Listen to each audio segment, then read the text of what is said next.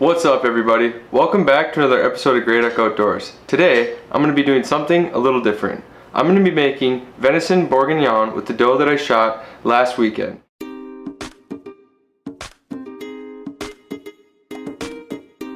So one of the items I don't have is a skillet or a pot that can be used on the stovetop as well as being inserted in the oven. So what I'm forced to do here is to cook my meats and my veggies in this pan on the stovetop first. And then I'm going to insert them into this tray before I put them in the oven. So first off, as you may know, venison is a very lean meat, so it doesn't have any of its own really natural fats. And the fat that it does have on the meat, we trim off, which is known as tallow. And it doesn't taste very good. So what I'm going to do here is I'm going to cook some bacon in this pan, and then I'm going to brown the venison in the bacon grease to add a little fat to it and also to give it a little extra flavor. So now that I got the bacon all cooked up, I'm going to take that out with a slotted spoon or a fork or something where I can keep the majority of the grease in the pan.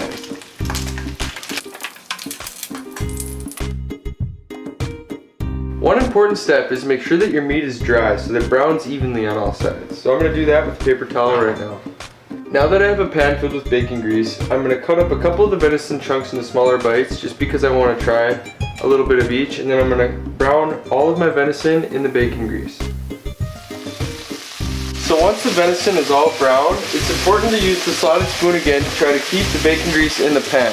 Now depending upon how much venison or beef you have, you're gonna have to do your browning in batches, so that's why you want to retain the grease in the pan.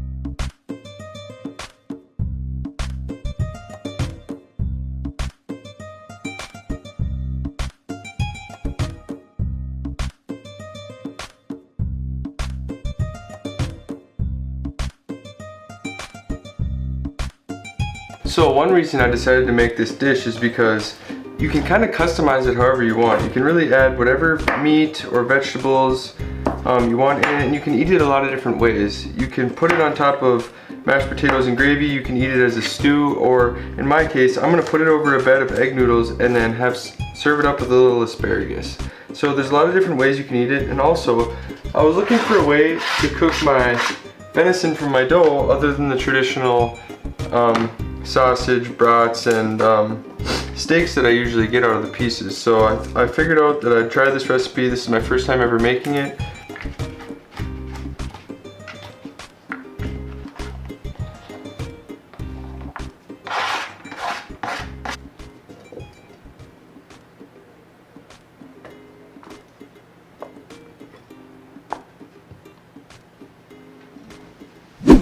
So next we are going to saute up some of the onions, carrots, and garlic in a pan.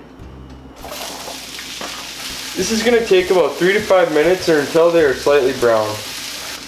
While that's happening, I'm going to chop up the bacon into some coarser pieces because I forgot to do that earlier.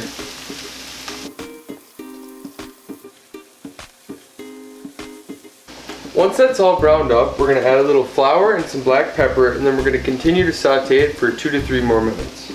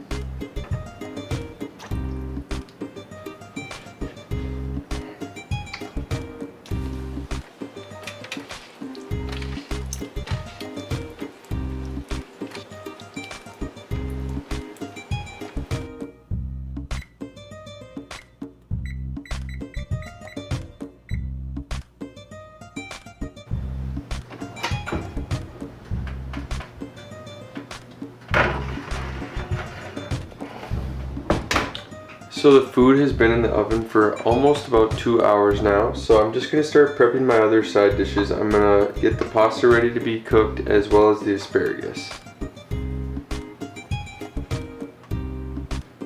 With approximately 45 minutes left in the oven, I'm going to start sauteing some of my softer veggies, such as my mushrooms, my bell peppers, and a couple of my red onions so that they'll be a little crunchier while the meal's done. I'm also going to add my tomatoes in during that time.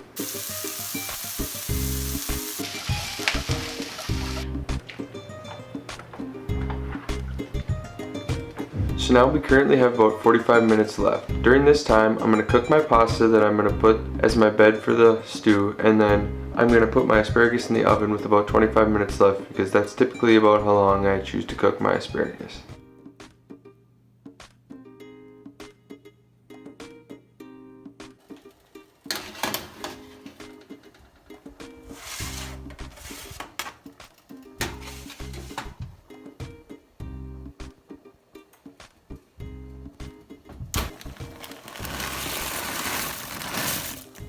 So it all has about 5 minutes left, so I'm just going to pull the asparagus out for a quick minute, drizzle a little Parmesan cheese on there, and then I'm going to put it back in the oven for the final 5 minutes.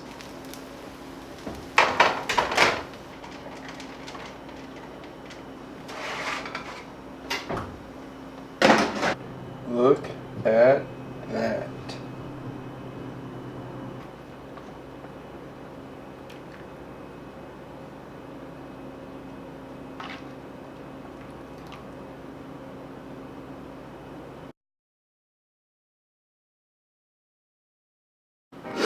Well, here I go. Time to try it.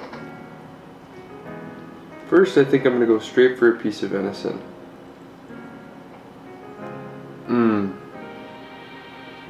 Wow. I'm gonna see if I can demonstrate that for you. This just absolutely falls apart. Here. I mean, it was just trying to tear apart in so many different little flaky pieces. Wow. That is incredible. That meat is so soft and so tender. Now time to get a whole bite of it.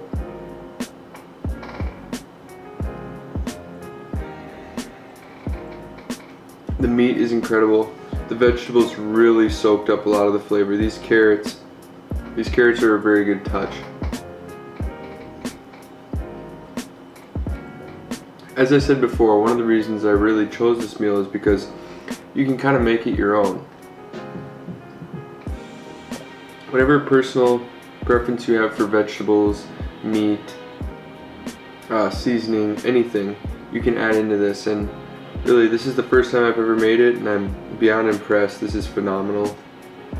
I think it has a lot of really good distinct flavors. I love how the veggies really absorb the taste and flavor, and the meat is extremely tender. I mean, you have to think it's soaking in a wine and broth for almost 3 hours, so that's really, really good. I'm interested to see how this little bigger chunk turned out. I mean, no need for a knife. The meat is so soft, you can just cut it with your fork.